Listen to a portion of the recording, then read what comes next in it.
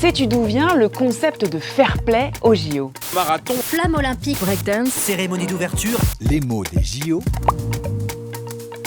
C'est Pierre de Coubertin qui décide de mettre la notion de fair play au cœur des Jeux modernes. La preuve, le mot apparaît 14 fois dans la charte olympique. Mais au fait, qu'est-ce que c'est que le fair play? De l'anglais fair, qui veut dire juste, loyal, et play, comme le verbe jouer, le fair play, c'est donc pratiquer en respectant les règles, mais aussi son adversaire. Le concept naît en Angleterre à la fin du 19e siècle. Le fair play, c'était une manière aussi de moraliser les classes inférieures, lesquelles, issues des milieux populaires, ne pouvaient dans leur esprit pratiquer le sport que pour l'argent, donc à coups de triche et à coups de violence. Depuis 1973, l'équivalent officiel du mot fair play en français, c'est jouer franc jeu.